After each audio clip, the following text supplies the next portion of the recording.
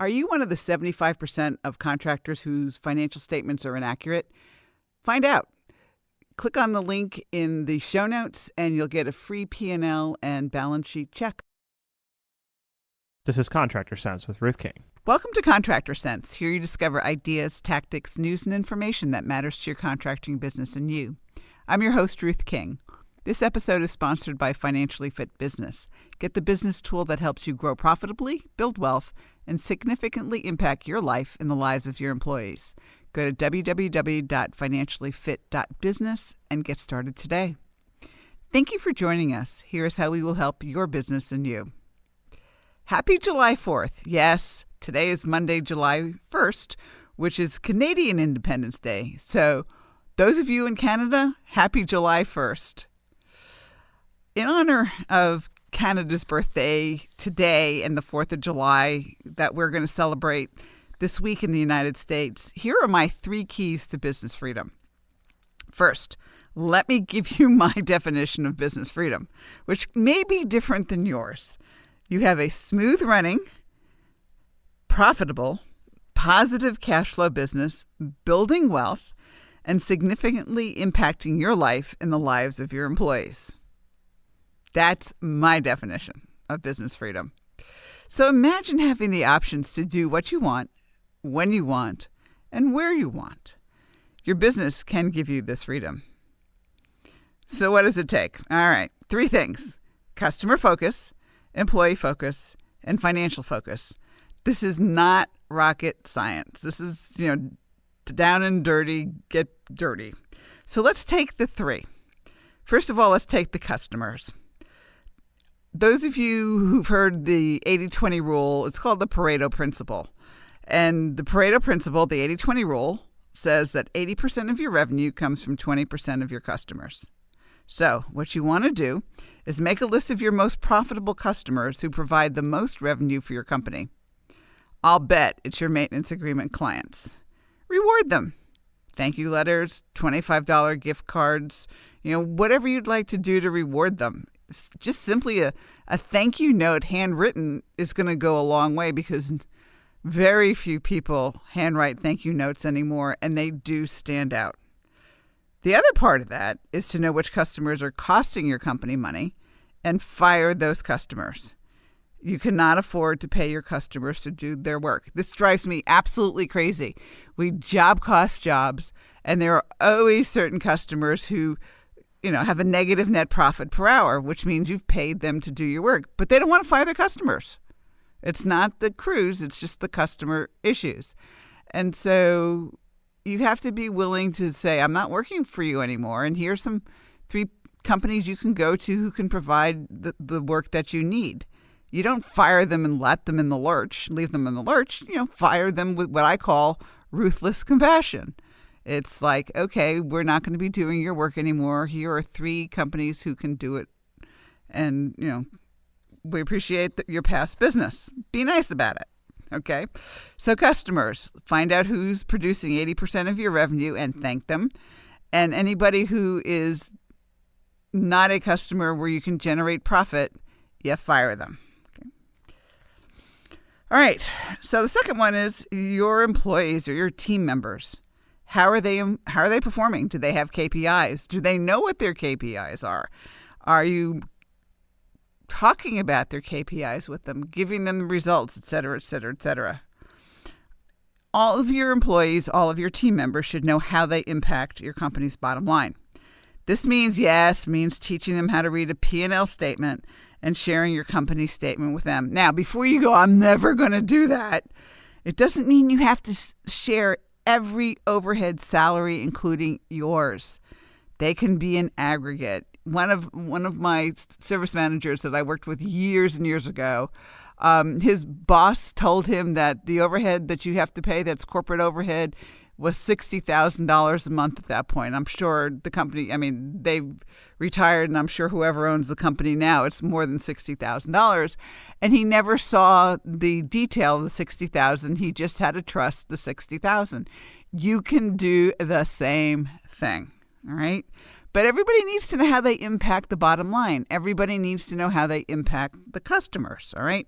So that really goes back to number 1, But the reality is if somebody who is working in your company and they don't understand how they impact the customer, they'll never take care of the customer well. They'll never even think about it. So that's number one. And number two is they need job descriptions. All their job descriptions should have their KPIs in it, and their reviews should be based on their performances of these job duties. All right. This is a review for a review. It's not a raise necessarily. Many of the companies I work with give raises January 1 of every year, and then performance reviews are done on their anniversary.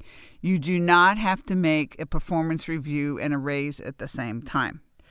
So do that and then track employee productivity. For every dollar you generate, how much are you spending on payroll and payroll taxes? We've talked about this over the past couple of years, and it's calculated as total payroll expenses divided by revenue. And the ratio, if the ratio is 100%, that means you're spending 100% of the revenue coming in the door on payroll and payroll taxes. You want it on average, except in certain states like California and Oregon and Washington and Massachusetts and New York, to be under 30%. And even some contractors I work with in those states have it close to 30%. That's a really, really good number to try and shoot for. If it's under, terrific. You just want to keep it that way on a long-term and a trailing basis. Now, whether it's busy or slow and whatever else it is, and seasonality affects the monthly, but the trailing data, which is a year's worth of data a month at a time, should stay somewhere around 30%. All right. Remember that if we look at, let's say we're looking at December 31st of 2024 percentage. That is January, February, March, all the way through December. Add up all the percentages and divide by 12. And that's your number for December. And then you do the same thing for January of the next year, which will be February of 2004 through January of 2025. Add them up, divide by 12. And that's what trailing means. It should actually be just almost a straight line, okay? So those are the things that you want to do with employees. They all need KPIs. They all need to have job descriptions, and you have to track. You have to track KPIs and how well they're performing, and employee productivity. All right. When we get back from the break, I'm going to give you the final, which is obviously your business scorecard. Thanks for listening to Contractor Sense. We'll be right back. Imagine you had total freedom. You didn't have to worry about money. You didn't have to be a slave to your business. The words, "I can't," are eliminated from your vocabulary. What if you could do what you want to do, whenever you want to do it? A financially fit business could give you that freedom. How? By knowing what your financial statements are telling you and taking action based on what they say. You can do this in less than 10 minutes a month at an investment of less than taking your family out to dinner once a month. And if your financial statements are a mess, you can get help. Go to www.financiallyfit.business or click on the QR code below to get started today. Happy July 1st for those of you in Canada, and soon to be July 4th for those of us here in the United States.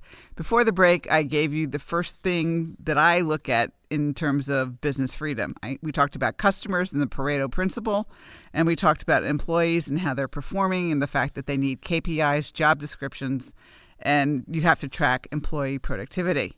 The last one, those of you who've listened to me for a while know that it's always financial. Your business scorecard. How well are you doing? All right. First of all, if you don't understand financial statements, get some help. There are tons of books out there. They are absolutely critical to your business's freedom. You cannot abdicate the financial responsibility for your company. That means you have to look at accurate financial statements every single month and do the analysis and the trends. Now, your bookkeeper, you can delegate the day-to-day bookkeeping, debits and credits, paying the bills. You still sign the checks, but you can delegate all that stuff to the bookkeeper, who should be producing accurate financial statements for you every single month. All right. So you've got to do that as a business owner. So if you don't know what they mean, don't know where they are, I've written The Courage to Be Profitable, which is a basic Bible that you can find on Amazon. go and have a miserable 8 to 10 weeks and take a course online, either online or through a community college or something like that. But just get the knowledge. You need it. All right. So you have to have, if you want business freedom, you got to have accurate financial statements and understand what they're telling you. So that's the third piece to this.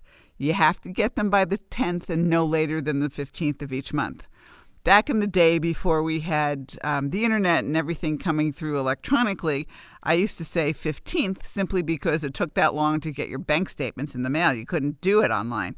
Now you can do a bank statement and reconcile a bank statement every day if you want to. And quite frankly, for credit cards, because trying to reconcile a statement at the end of the month is crazy, especially for those of you who have a lot of credit card transactions. It's much better to do it every single day. It takes a whole lot less time. You remember who it was and what they paid and what happened.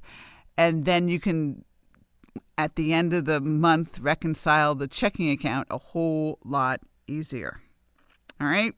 So invest your 15 minutes to analyze them. You can use financiallyfit.business to do it. There's lots of different things that can help you analyze your financial statements so that you can spot minor issues and take care of them before they become major crises. You can also make great business decisions based on what the numbers are telling you. So when you have financial, when you have customers, and when you have employees and you're doing the right things for those and you're building your business, those are my 3 keys to business freedom for all intents and purposes. The financial is a piece of it, but business freedom overall. So thank you very much. Happy 4th of July. Happy July 1st Independence Day for those of you in Canada. So choose the one thing that you discovered and implement it in your business. These ideas, tactics, and strategies help you make more money, have more free time, and give back. If you like today's program, spread the word. Please review this podcast on any device you're listening to it on. Help a fellow contractor make more money too. For comments or questions, call me at 770-729-0258 or email Ruth King at hvacchannel.tv. Thanks for listening. Have a great and profitable day.